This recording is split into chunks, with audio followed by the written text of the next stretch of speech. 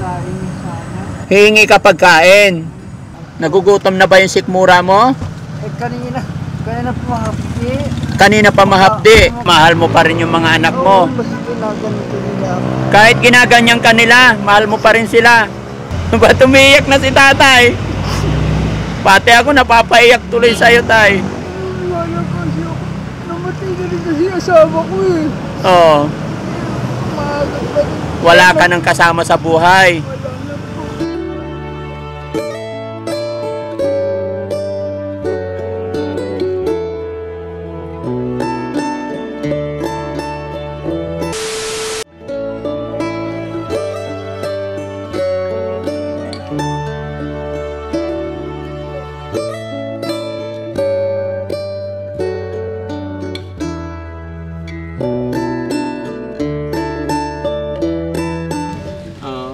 Sana mga anak niyo po? Hindi na kailangan nila ang tulong ko. Ano? Ano? Hindi na nila kailangan yung tulong ko Hindi na nila kailangan yung tulong mo. kasi hindi na ako magtatrabaho. Ilan ba anak niyo, tay? Hindi na sila alin sana namatay yung isa. 5 anak mo. Namatay yung isa kasi. Oo. Asan na yung mga anak mo na 5? Lapit ka kunti tayo, di kita marinig. Yung dalawa nag-aanin pa. Oo. Yung tatlo, may asawa na. Ay bakit pagala-gala po kayo? Pinababayaan kasi nila ako. Pinapabayaan ka nila? Ba't ka nila pinapabayaan? Eh, malalaki na rin sila eh. Ay asawa nyo? Namatay na. Oh, sus 47 lang siya namatay. 47. Ay, Daddy Oo. Frankie! Tapos, ngayon, paano kayo nabubuhay? Pagpalakad, tinutulungan ko ako ng mga tao. Tinutulungan ka ng mga tao. Kasi lang siya po kasi nagbibigay. So, ibig sabihin, namamalimos ka na ngayon? Oo nga, kasi hindi na ako nakatrabaho. Kasi nung nagtatrabaho po ako noon, yung 10 kumpanya ko, hindi ako hinulugan ng SS. Ah, yung pinagtrabahoan mo noon, hindi ka hinulugan ng SS. 10 kumpanya. Kaya wala kang pensyon.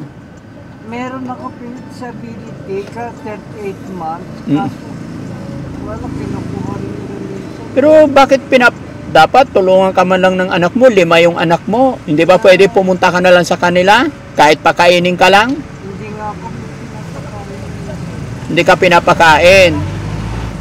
Ano pangalan mo pala, tay? Ang palayo ko po, Joy. Joy. Ang totoong pangalan ko, Demetrio Brillante Villapres. Ilang taon na po kayo, tay? Bali, 65 na po ako. Ah, 65 na. So, senior na. Ako senior. Buti nakakalakad pa po kayo. Ayun na, ay kalahati ng katawan ko. Oh. So, saan ang punta nyo doon? Kay Kagawad Alex. Anong gagawin mo kay Kagawad Alex? Hihingi ako ng pagkain sana. Hihingi ka pagkain. Di ka pa ba nag-aalmusal? Pagkumakain. Hindi ka pa kumakain, mag-aalas 12 na? Pero binibili ako doon ng biscuit yata. Oo. Yung may nakainin. Mamaya kakainin mo. Dumating na. Nakakaawa naman si tatay. Bakit hindi ka man lang tinutulungan ng mga anak mo? Ba't ka pinabayaan after mo silang pag-aralin? Eh, nga eh, binuhay ko naman sila ng maayos. Nag-drive ako ng, driver mechanic po kasi ako. Ah, driver mechanic ikaw. Pinag-aral mo sila. Opo eh, ayaw nilang mag-aral na, magagaling na daw sila, matatalino na daw sila eh. Ah, matatalino na yung mga anak mo, kaya pinabayaan ka na ngayon. Siguro, ganun. Sabi ko, saan naman lang, supportahan lang nila ako. O kahit pagkain lang sana, ibigay sa'yo ng mga anak mo, ano? Alam nila yung nangyayari sa'yo ngayon na pag-galat nagpapalimos ka. Siguro po, hindi ko po alam kasi umaalis sila eh. Mamaalis sila. Tapos naglalakad ako, siyempre nagugutom na po yung sikmura ko. Naglalakad po ako sa labas. Dahil doon po sa bandang dapit sa yung bahay namin ngayon. Opo. Eh lalabas ako ng So pupunta ka ngayon kay Kagawad para manghingi ka pagkain. Nagugutom na ba yung sikmura mo? Kanina pumahapdi. Kanina pa mahapdi. Magkakapit na sana ako. Oo. Kaso wala ako maano. Alam niyo na kailangan mag-rantay pa ako magbibigay. Nakakaawa yung tatay, mga kababayan. 5 daw yung anak niya. Pinapabayaan na daw siya after niyang mapaaral yung kanyang mga anak. Eh, nadaanan lang ni Team Daddy Frankie. Malayo ba bahay mo dito, tay?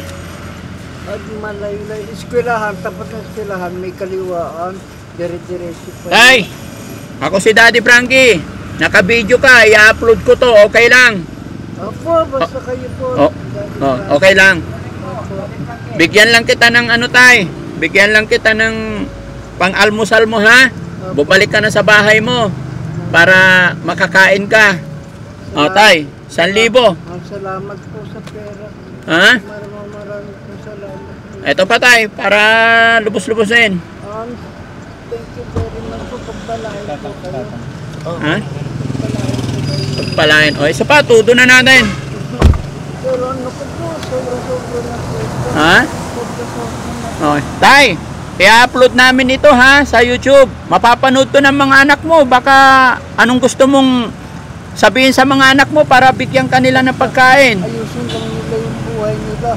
Kasi ako, hindi ko na kailangan itong mga ito pagka kinuha na ako. Kinuha ka ng Panginoon. Pero tay, sana kahit yung pagkain man lang ibigay nila sa'yo. Yun na nga eh. Kasi So- pagka ibalik lang nila yung basta manalig lang sila sa Diyos. Manalig lang sila sa Diyos. Kaya nga po, so anong mensahe mo sa mga anak mo, tay? Yun, ayusin nila ang buhay nila para tumagal din sila ng kagaya ko. Pero huwag nila akong gagayahin na ganito para paglakad, magala-gala. Pero sana alagaan nila yung magulang nila. May pamilya na purin kasi sila. Okay. Siyempre, uunahin nila yung pamilya nila bago ako. Okay. Okay naman din sa akin yun. Okay na lang sa'yo. Basta mabuhay lang sila kasi bilang ama, yung pagmamahal ko na rin sa mga anak ko yun. Mahal mo pa rin yung mga anak mo. Oo, basta ginaganito nila ako. Kahit ginaganyan ka nila, mahal mo pa rin sila. Umiiyak si tatay tuloy, mga kababayan. Nakakaiyak yung sinabi niya na mahal pa rin niya yung mga anak niya kahit na pinapabayaan daw siya. Ba't umiiyak na si tatay? Pati ako napapaiyak tuloy sa'yo, tay. Wala kasi ako. Namatay na rin kasi asawa ko eh. Oo. Maaga pa rin. Wala ka nang kasama sa buhay. Wala na po. Kaya nga, so yung anak mo na lang sana ang kasama mo, tay. May pamilya na sila yung nag-aaral pa yung dalawa. Oo. Tapos yung apo ko, idampun ko kasi anak ko nung araw, Oo. 17. Sige, tay, ha? Oo. Mag-iingat ka. Sana magkita tayo muli. Ako po si Daddy Frankie. Daddy Frank, napapanood ko kayo sa YouTube. Oo, sige, salamat, tay, ha? Apo, Mag-iingat ka. sa inyo rin po. Sana magkita tayo muli. Pagpalain po kayo ulit. God bless, tay. God bless. Thank you, thank you. Pangalan mo ulit, tay? Palayaw mo. Joy. Tatay Joy. Para makita kita ulit. Puntahan kita sa bahay mo. Sa makabito.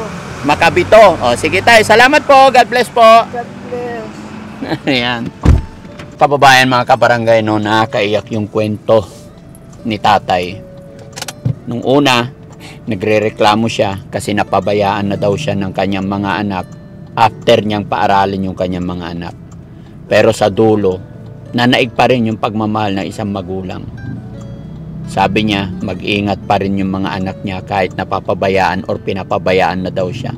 Dahil mahal na mahal pa rin niya ang kanyang mga anak. Patunay lang talaga, mga kababayan. Hindi matitiis ng magulang ang kanyang anak. Kaya, mga kababayan, maraming salamat. Isang tatay na naman ang natulungan natin. Isang tatay na naman ang naabutan natin ng tulong. Dahil siya po ay pupunta sa kanyang sa kagawad daw para manghingi ng tulong. Maraming salamat, mga kababayan. Sana magkita pa kaming muli ni Tatay Joy. Nadaanan lang natin siya. God bless po. Bye-bye.